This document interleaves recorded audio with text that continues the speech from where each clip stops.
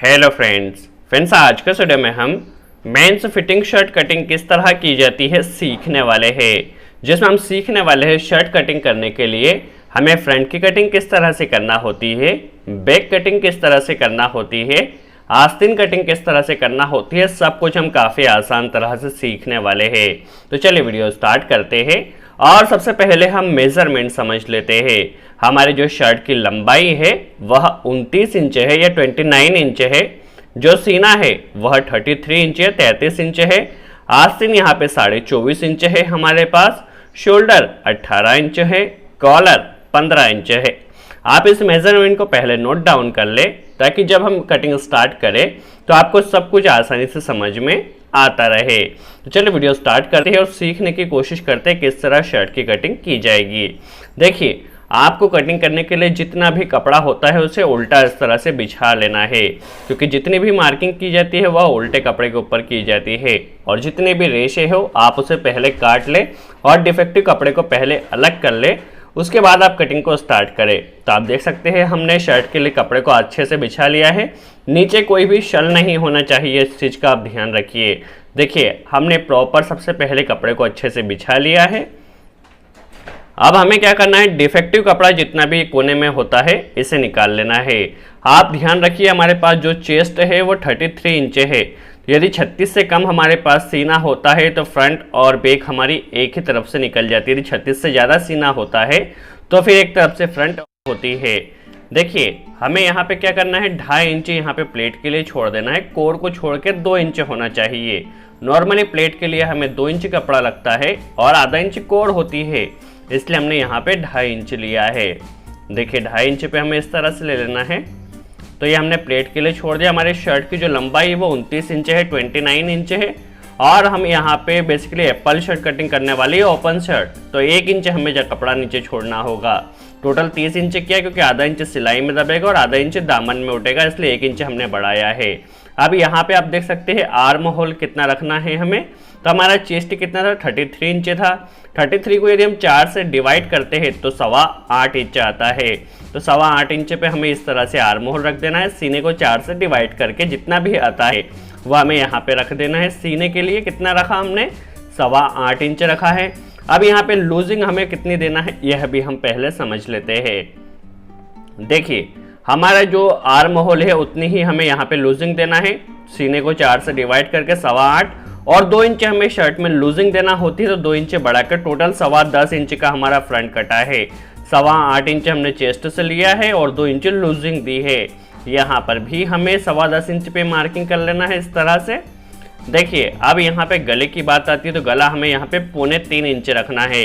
यदि हमारी कॉलर 14.5 से लेकर तो 16 तक होती है तो वहाँ पर हमें कॉलर बेसिकली गला 3.25 इंच रखना होता है। यदि 14 इंच से छोटी हमारी कॉलर होती है तो फिर हम 2.5 इंच रख सकते हैं। और यदि 16 इंच से ज़्यादा कॉलर होती है तो फिर हमें वहाँ पे 3 इंच रखना होता है। बट हमारी कॉलर आज के वीडियो में 15 इंच है, इसलिए हमने यहाँ पे 3.25 इंच का गला दोनों तरफ रखा है। यहाँ पे शोल्डर हमारा 18 इंच है और 1.25 इंच सिलाई में जाने वाला है। तो 18 का आधा 9 होता है और 1.25 इंच 9.25 इंच पे हमें यहाँ पे मार्किंग कर लेना है। और 2 इंच का हमें यहाँ पे झुकाव देना होता है। तो शोल्डर के लिए हमने 9.25 पे मार्क किया है और 2 इंच का नीचे झुकाव दिया है। चलिए, यहाँ पे हमें सीधे स्केल की सहायता से यहाँ पर इसे मिला देना है इस तरह से। और यहाँ पर भी हमें जो हमने शोल्डर के लिए मार्क किया है उसे सीधे स्केल की सहायता से मिला देना है। सभी मार्किंग को हमें पहले मिला लेना है। अब इसमें शेप किस तरह से दिया जाएगा वह हम समझ लेते हैं, ये काफ़ी इंपॉर्टेंट होता है। देखिए, गले के लिए शेप हमें इस तरह से देना होता है। अब यहाँ पे हमें आर्म होल में शेप देना होता है। तो जो हमने यहाँ पे मार्किंग की है उसके आधा इंच अंदर की तरफ एक मार्क कर यहाँ पे सीधे स्केल की सहायता से इसे मिलाकर और इस तरह से यहाँ पे शेप दिया जाता है।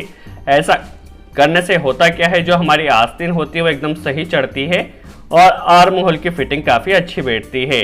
यहाँ पे हमें फिटिंग शर्ट कटिंग करना है तो इसके लिए हमें यहाँ पे राउंड थोड़ा ज़्यादा देना होगा। यदि कस्टमर और ज़्यादा फिटिंग मांगे तो आप इसे हल्का सा और बढ़ा सकते हैं। ध्यान रखिए, थोड़ा ही बढ़ाना है, इसे ज़्यादा आपको नहीं बढ़ाना है, ना ही ज़्यादा कम करना है।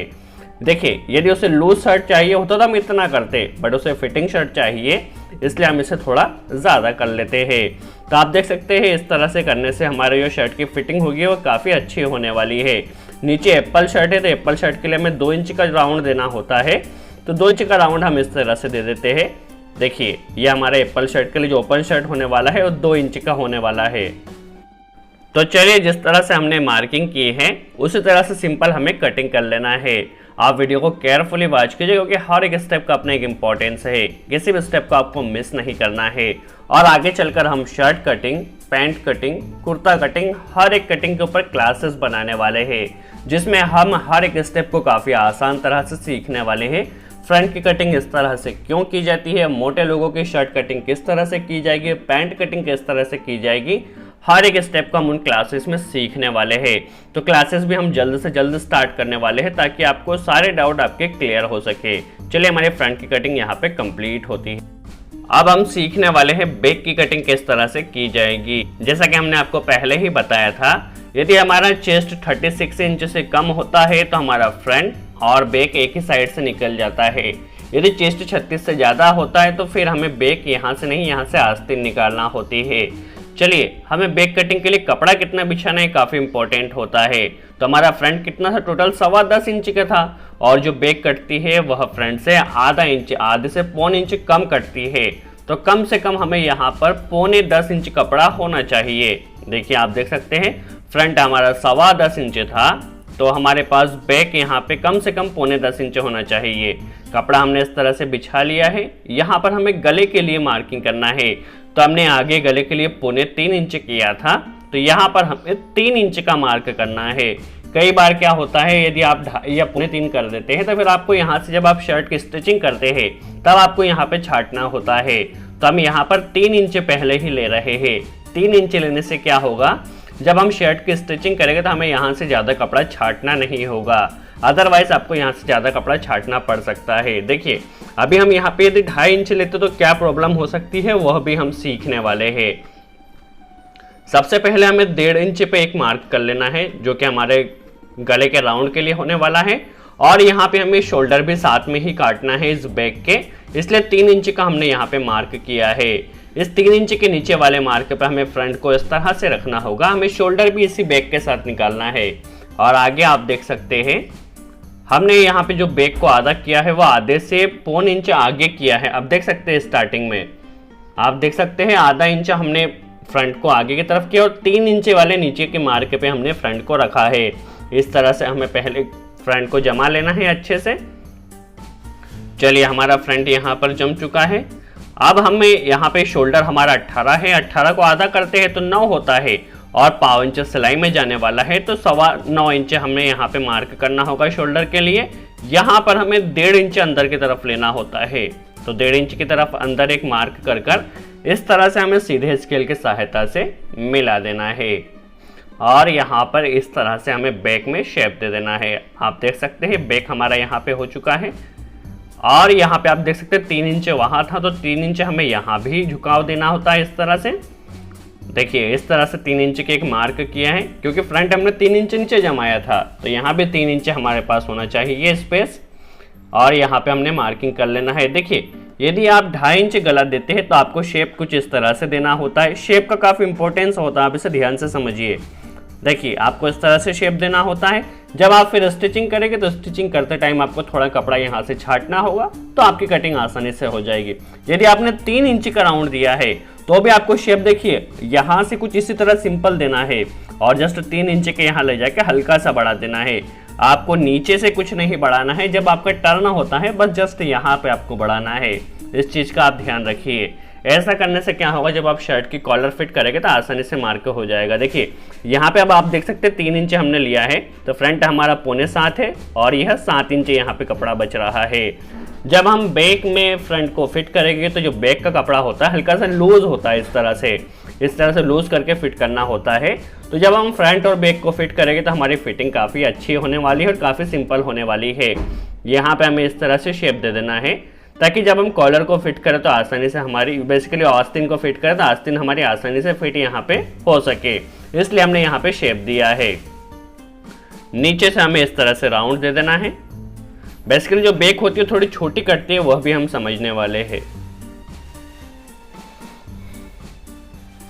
चलिए अब जिस तरह से हमने मार्किंग की है उसी तरह से कटिंग कर लेना है। देखिए आप इस तरह से हमने पहले यहाँ पे कटिंग कर ली है और जिस तरह से हमने मार्किंग की है उसी तरह से मार्किंग कर लेना। गले का आप ध्यान रखिए, हमने 3 इंच का राउंड इसलिए दिया है ताकि जब हम यहाँ पे कॉलर को फिट करें तो आसानी से हमारी कॉलर फिट हो जाए।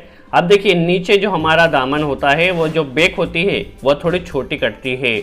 छोटी इसलिए कटती है ताकि हमारी जो बैक है वो झोल नहीं खाए, इसलिए हमने थोड़ा छोटा काटा है। देखिए जब हम फ्रंट और बैक को फिट करेंगे तो हल्का सा नीचे से हमें लूज छोड़ना होगा, जिससे हमारी फिटिंग काफ़ी आसानी से बैक और फ्रंट की हो जाए।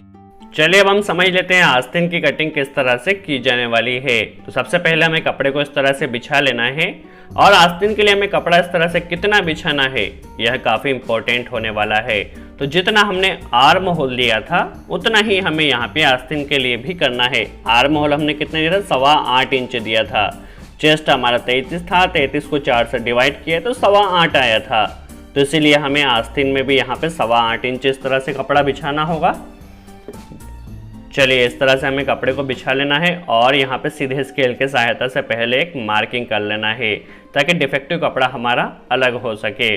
देखिए हमने टोटल यहाँ पे 8.25 इंच की आस्तीन काटना है चौड़ाई में, तो एक मार्किंग यहाँ पे कर ली है और 3 इंच का हमें राउंड देना होता है, तो 3 इंच राउंड के लिए स्पेस छोड़ दिया है हमने। अब हमारी आस्तीन की जो लंबाई है वह 24.5 इंच है, तो सिलाई में जितना दबने वाला है वह कपड़ा हमने पहले ही आगे छोड़ दिया है। अब आस्तीन हमारी 24.5 इंच है और कफ हमें यहाँ पे 3 इंच का बिठाना है। तो आप ध्यान रखिए, यदि आप कफ 3 इंच का बिठाते हैं तो जितनी भी आपकी आस्तीन की लंबाई है उसमें आपको 2.25 इंच कम कर देना है। और यदि आप 2.5 इंच के कप बिठाते हैं, ये काफ़ी इंपॉर्टेंट है, यदि आप 2.5 इंच के कप बिठाते हैं तो आपको वहाँ पर 1.25 इंच कम करना है। हमें यहाँ पे 3 इंच के कप बिठाना है, तो लंबाई में से हमें 2.25 इंच कम कर देना है। देखिए लंबाई 24.5 है, 24.5 में से हमने 2.25 इंच कम किया है तो 22.25 इंच आया। आप देख सकते हैं यहाँ पे हमने 2.25 इंच कम किया है। तो चलिए आप देख सकते हैं हमारी आस्तीन के लिए लंबाई यहाँ से हो चुकी है, क्योंकि 3 इंच के कप हमें यहाँ पे बिठाना है। और यहाँ पे हमें जो चौड़ाई यहाँ पे देना है आस्तीन की वो 6.1 इंच यहाँ पे हमें देना है इस तरह से। आप इसे इस तरह से देने के बाद सीधे स्केल के सहायता से एक मार्किंग कर इसे मिला दीजिए इस तरह से।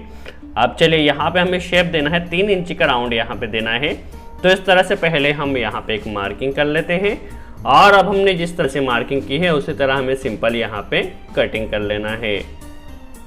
देख सकते हैं आप इस तरह से हमें सिंपल यहाँ पे कटिंग कर लेना है और किस तरह आस्तीन में शेप दिया जाएगा वह भी हम सीखने वाले हैं। सब कुछ हम काफ़ी आसान तरह से सीखने वाले हैं। जब हम क्लासेस स्टार्ट करेंगे तो आपके हर एक डाउट उसमें क्लियर होने वाले हैं। चलिए यहाँ पे हमें सेंटर की पहले मार्किंग कर लेना है और यहाँ पे देखिए जो पीछे की तरफ आया है यहाँ पे हमें आस्तीन पट्टी के लिए करना है, तो सेंटर से आधा इंच इधर करके 5.25 इंच का हमें आस्तीन पट्टी के लिए करना होता है इस तरह से। देखिए और यहाँ पे इस तरह से हमें कुटका लगा देना है। और आस्तीन में शेप किस तरह से दिया जाएगा, तो यदि आप बिगिनर्स हैं तो इस तरह से पहले अच्छे से पहले आप मार्क कर लीजिए, क्योंकि जो आस्तीन में शेप दिया जाता है वो दोनों तरफ से दिया जाता है, नीचे से भी इस तरह से दिया जाता है और ऊपर से भी हमें इस तरह से देना होता है। तो आप इस तरह से पहले शेप अच्छे से दे दीजिए, क्योंकि काफ़ी इंपॉर्टेंट होता है। शेप आपका जितना अच्छा होगा आपकी आस्तीन उतनी ही अच्छी फिट होगी। देखिए नीचे भी हमें जो आस्तीन होती है हमेशा नीचे उतरती हुई होती है, तो इस तरह से आस्तीन हमें फिट कर। चलिए अब हम सीख लेते हैं शोल्डर की कटिंग किस तरह से की जाने वाली है। वैसे शोल्डर हमने बैक के साथ भी निकाला था, बट यहाँ पर हमें डिज़ाइनर शोल्डर निकालना है। तो डिज़ाइनर शोल्डर के लिए सबसे पहले हमारे शोल्डर की लंबाई कितनी है, 18 है, तो 18 को 2 से डिवाइड किया तो कितना आया, 9 आया। और 1.25 इंच हमारा सिलाई में जाने वाला है, तो 9.25 इंच पर हमने इस तरह से पहले मार्क कर लिया है। शोल्डर की जो चौड़ाई होती है वो 6 इंच होती है, तो 6 इंच पे हमें एक मार्क इस तरह से कर लेना है। काफ़ी आसान तरह से हमारी कटिंग होने वाली है। तो आप देख सकते हैं अब हमारे पास जो बैक में हमने शोल्डर काटा था उसे इस तरह से हमें जमा लेना है। देखिए इस तरह से एकदम कोने से कोना मिलना चाहिए और यहाँ पे हमने जो 6 इंच का मार्क किया है ऊपर से उससे मिलता हुआ, देखिए इस तरह से हमें पहले जमा लेना है बैक के शोल्डर को और यहाँ पे इस तरह से मार्किंग कर लेना है जिस तरह हमने बैक में शोल्डर निकाला था। देखिए इस तरह से हमें सिंपल कटिंग कर देना है, क्योंकि यहाँ पे हमें डिज़ाइनर शोल्डर काटना है।